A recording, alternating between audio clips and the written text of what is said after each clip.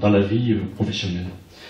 Alors j'ai entendu tout ce que les intervenants précédents ont dit et je me reconnais beaucoup dans tous ces éléments, notamment Yvatou là, qui parlait de motivation. Je pourrais reprendre tous ces éléments-là sans rien y rajouter. Déjà la frontière entre la vie privée et la vie professionnelle, ça, pour nous c'est très fort quand même. Quand on est sur un théâtre d'opération, on doit faire abstraction aussi de la famille qui est restée en bas arrière et qui tient, je dirais, le reste de la famille, quelles que soient les circonstances parfois difficiles. C'est également responsabiliser toute la chaîne, toute la hiérarchie.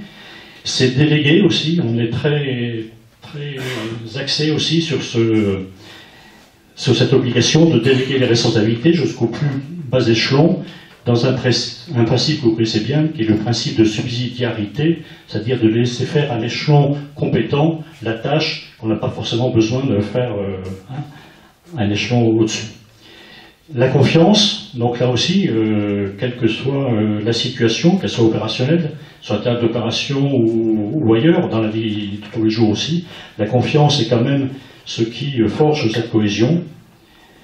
La concertation, là on pourrait penser qu'aussi que dans la grande muette, c'est pas forcément quelque chose qui est bien partagé. Or, je peux vous dire, là aussi, j'ai vu évoluer en 35 ans un peu cette institution et que la concertation, aujourd'hui, fait partie intégrante. Vous savez qu'on n'a pas de syndicat dans les armées et que si on n'avait pas un système de concertation qui part de la base et qui permet de prendre le pouls régulièrement du moral des troupes, si je puis dire, on n'arriverait pas à ce qu'on est arrivé à faire aujourd'hui, un outil opérationnel qui est reconnu par l'ensemble des autres armées étrangères. Voilà. Et puis un outil, je le dis aussi, qui sait se restructurer, se réorganiser, inventer, créer, innover. Aujourd'hui, sur 15 ans, on a à peu près perdu plus de 50% des effectifs.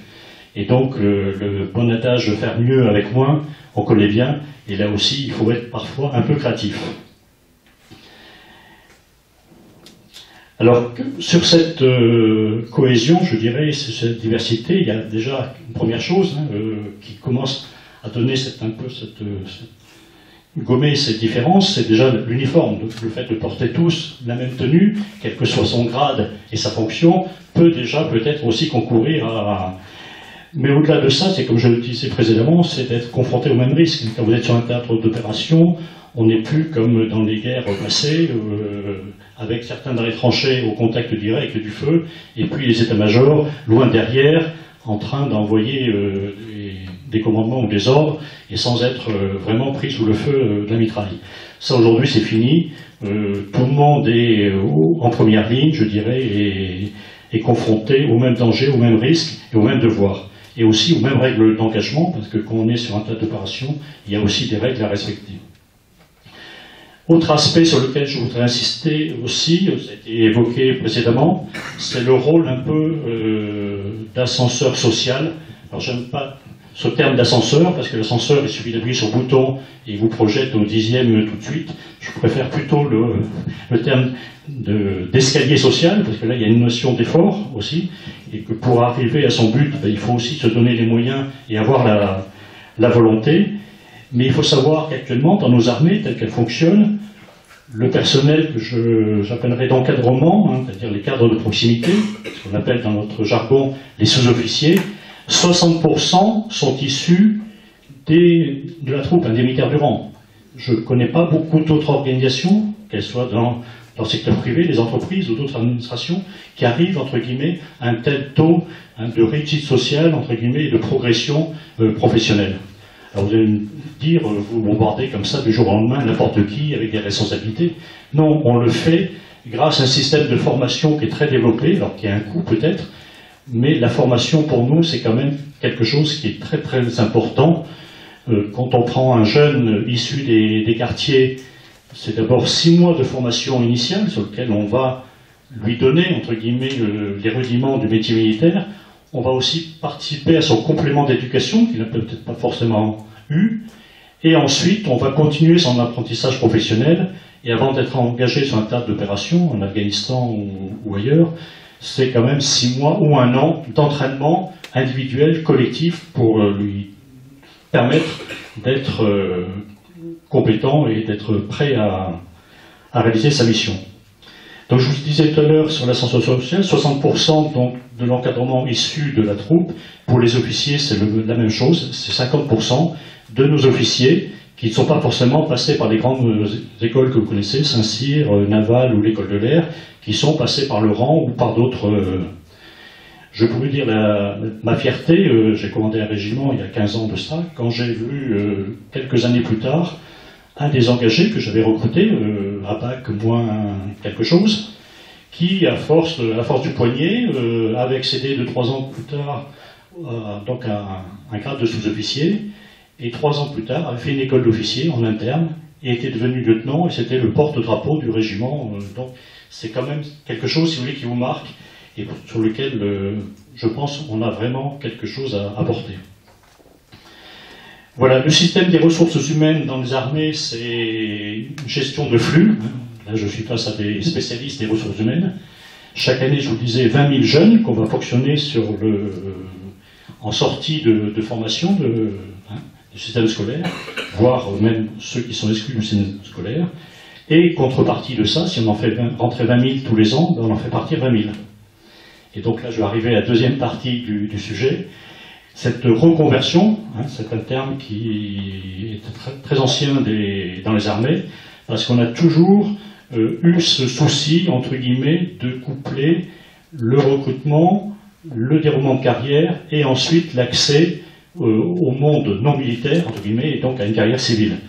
Alors c'était vrai du temps de la conscription, parce que là c'était pas de la reconversion, c'était l'accès au premier emploi, et on s'est toujours efforcé d'aider les jeunes qui venaient de donner 12 mois de leur temps au service du pays pour leur permettre d'accéder dans les meilleures conditions au premier emploi. Et cette tradition s'est perdurée ensuite à la fin de la conscription, puisque le besoin est apparu également pour l'encadrement, que ce soit l'encadrement de contact, mais également les cadres supérieurs, puisque vous savez que depuis 15 ans, on est en perpétuelle restructuration, déflation d'effectifs, réorganisation. Simplement pour vous donner 2 chiffres, dans les 5 années passées, c'est 50 000 postes qui ont été supprimés dans les armées. Donc ce n'est pas 50 000 départs secs, puisque ces 50 000 postes aussi ont été gagés sur les recrutements, donc on a moins recruté qu'auparavant. Voilà, et dans la loi de programmation militaire là, qui est votée actuellement à l'Assemblée, c'est encore 30 000 postes à venir, donc il va être supprimé en 5 ans. Donc ce qui est assez considérable, vous voyez, ça fait quand même plusieurs PSA qu'on additionne dans une durée à peu près analogue. Donc notre problématique maintenant, alors autre donnée aussi en matière de RH, c'est qu'actuellement, plus des 2/3 de nos personnels, de nos effectifs, sont sous contrat.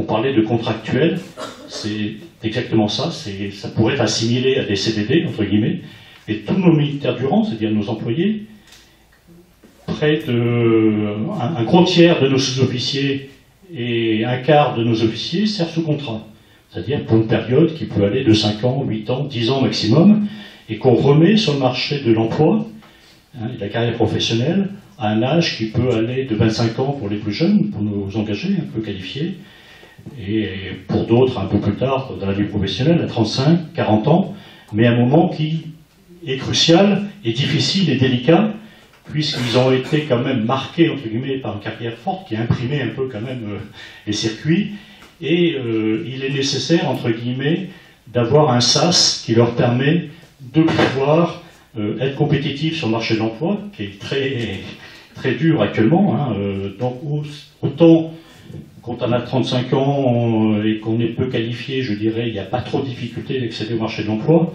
parce que ce qui va primer en premier, c'est le savoir-être, c'est la qualité du militaire, le jeune engagé, je passe sur les détails, mais voilà, vous voyez tous à quoi je fais allusion, qui a vraiment, je dirais, une éducation et à qui on a permis de pouvoir trouver sa place.